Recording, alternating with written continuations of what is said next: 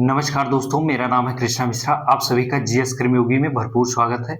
हम आज बात करेंगे इजराइल और लेबनान के मध्य जो 10 दिनों का अस्थायी युद्ध विराम हो गया है, उसके बारे में पूरी स्टोरी जानेंगे, उसके पीछे का कारण जानेंगे, वजह जानेंगे, उसके फायदे जानेंगे, उसके नुकसान को जानेंगे।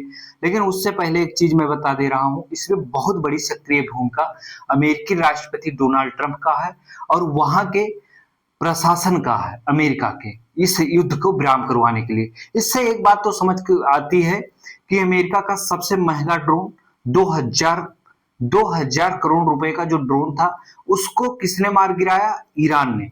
फिर अमेरिका को यह समझ में आ गया कि उनकी टेक्नोलॉजी भी अब फेल हो रही है और विश्व की अर्थव्यवस्था अगर गिर रही है तो मेरी भी अर्थव्यवस्था बहुत तेजी से धड़ाम होगी और इसमें कोई और बाजी मार के हीरो बन जाएगा। और ईरान ने जिस तरीके से अमेरिका को धूल चटा दी, जितना हल्के में अमेरिका ईरान को ले रहा था, उतने हल्के में ईरान आया नहीं।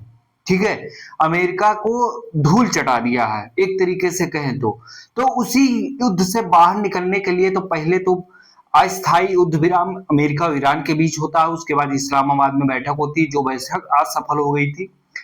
असफल होने का वजह था कि ईरान ईरान और अमेरिका के मध्य जब इस्लामाबाद में बैठक होनी थी तो इजराइल को पता चला कि ये बैठक सफल हो जाएगी। उसने तुरंत तत्काल क्या किया? लेबनान के ऊपर हमला कर दिया, जो कि लेबनान जो है बहुत अच्छा मित्र है किसके ऊपर?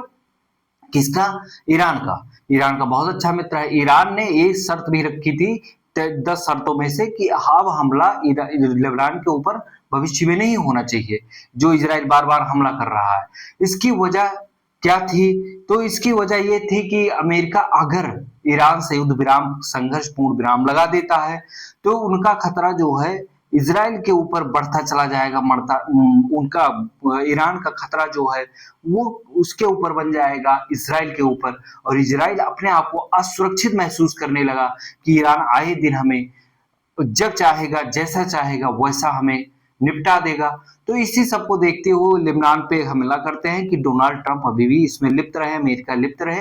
और अमेरिका अगर लिप्त रहेगा तो हम बहुत बेहतरीन के साथ इन सब का सफाया करवा पाएंगे अमेरिका के द्वारा। उनकी ऐसी रणनीति थी।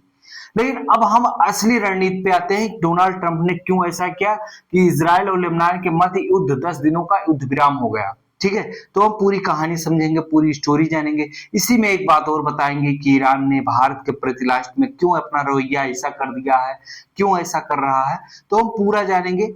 आइए हम जानते हैं। हम पूरा इसलिए मैप नहीं बनाए हैं क्योंकि इस बार समझने वाली चीजें ज्यादा है आपके सामने, तो आपको समझना पड़ेगा बैठकर। अमेरिकी राष्ट्रपति डोनाल्ड ट्रंप ने इजराइल के प्रधानमंत्री नेतन्याहू को तत्कालिक प्रभाव से लेबनान के ऊपर जो अटैक कर रहे थे उसको बंद करने के लिए आदेश दिए। और ये आदेश मिलते ही किसी की हिम्मत नहीं होती है, तो इजराइल की हिम्मत क्या होगी? इजराइल को युद्ध विराम लगाना पड़ा। बार बार यूएन भी दबाव बना रहा था, किसके ऊपर? यूनाइटेड नेशन भी दबाव बना रहा था और फ्रांस भी बार बार दबाव बना रहा था कि उस युद्ध को रोका जाए, किसी तरीके से रोका जाए, इसको समाप्त किया जाए। और इसी दबाव के चलते डोनाल्ड ट्रंप ने जैसे पूरा दबाव बनाया और उन्होंने कह दिया कि ये युद्ध पूर्ण रूप से आज के बाद कोई भी नहीं होना चाहिए, कुछ भी, एक कतरा भी नहीं, एक कतरा खून भी नहीं गिरना चाहिए। इसका आदेश देते ही इजराइल तुरंत अपने आप से वहां पे हटा लेता है और जो सैन्य खतरा था उससे निपटारा पाता है। थोड़ा सा हम इसको समझने के लिए इसके पीछे की थोड़ी सी स्टोरी को भी जान लेंगे। यहीं पे थोड़ा सा हम हेल्प ले रहे हैं ताकि आप सभी लोगों को और अच्छे से एक्सप्लेन करें। ठीक है, हम अपने ही तरीके से करेंगे, थोड़ा सा जान लेते हैं। ठीक है, क्या हुआ है? 17 अप्रैल को अस्थाई 10 दिनों का युद्ध विराम हो गया। ठीक है, इजराइल और लेबनान के बीच अमेरिका की बहुत सक्रिय भूमिका थी क्योंकि डोनाल्ड ट्रंप ने बहुत दबाव बनाया था। और 16 तारीख को वो दबाव बनाते हैं, यही देखना था डेट। 16 तारीख को वो दबाव बनाते हैं, 17 तारीख को सुबह 5 बजे ये युद्ध समाप्त हो जाता है। उधर यूएन ने भी यही काम किया, फ्रांस ने भी दबाव बनवाया और फ्रांस बार बार किससे? अमेरिका के राष्ट्रपति डोनाल्ड ट्रंप के ऊपर दबाव बना के बोल रहा था कि इसको युद्ध को रोका जाए। हम अब समझेंगे इसमें क्या फायदे हुए, क्या नुकसान हुए, ये सब भी हमें जानना बहुत जरूरी है।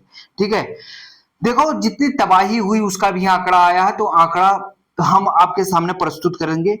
कितने लोगों को भारी भीषण के संघर्ष के मार्च 2026 से आंकड़ा आया, मार्च 2026 से ही मात्रा है, उसके पहले जितना आंकड़ा आया उसको बात नहीं कर रहे हैं। मार्च 2026 से भीषण संघर्ष, लेबनान को भारी नुकसान हुआ। ठीक है, मौतें और विस्थापन के बारे में जाने, लगभग 2100 लोगों की मौतें हुई हैं। अगर सरकारी डेटा आता है तो आप सभी को पता होगा सरकारी डेटा कैसे दिखाया जाता है।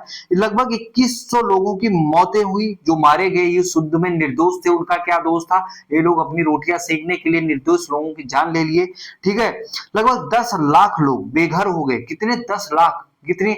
लेबनान की आबादी का लगभग 20% लोग, ठीक है, वे अपने आप को विस्थापित किए वहां से, और मौतें वहां से अंतरराष्ट्रीय यूएनओ इसको देखते हुए युद्ध विराम के लिए बहुत दबाव बनाता है और युद्ध विराम के लिए रोकता है। ईरान के साथ क्षेत्रीय तनाव, ठीक है, ईरान के साथ जो क्षेत्रीय तनाव चल रहा था उस पूरे हमले की वजह से बहुत उसके ऊपर ईरान के ऊपर और लेबनान के ऊपर बहुत ज्यादा युद्ध से नुकसान हो रहा था। तो वो सबको रोकने के लिए ये सारा काम किया गया। युद्ध विराम का बहुत बड़ा फायदा क्या हुआ?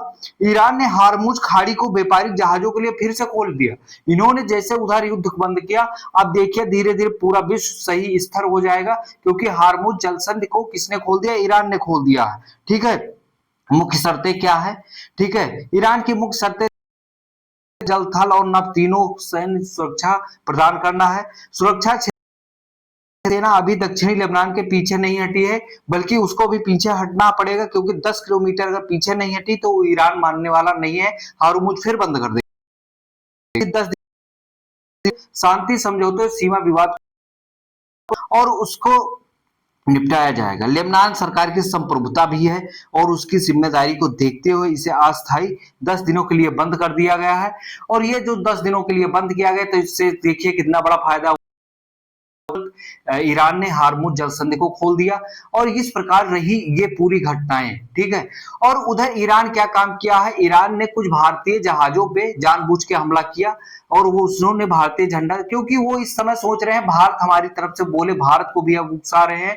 तो भारत सरकार ने उनके दूतावास से तत्काल प्रभाव से बातचीत की और बातचीत में जो निष्कर्ष निकला है, अब धीरे धीरे सारी चीजें सुधार जाएंगी। अगर ये युद्ध अब स्थायी रूप से बंद हो जाता है तो सारी चीजें सुधर जाएंगी, पूरी दुनिया जैसे चल रही थी वैसे चलने लगेगी। और इजराइल लेबनान के बीच संबंध, जो हिजबुल्लाह के वजह के ऊपर बार बार अटैक कर रहे थे इजराइल वाले, उसको भी, और अमेरिका की जिम्मेदारी बनती है कि अब सबकी जिम्मेदारी ले, पूरे विश्व की जिम्मेदारी ले और सबके साथ कदम से कदम मिलाकर विकास के क्षेत्र में आगे बढ़े, विनाश के क्षेत्र में न बढ़े।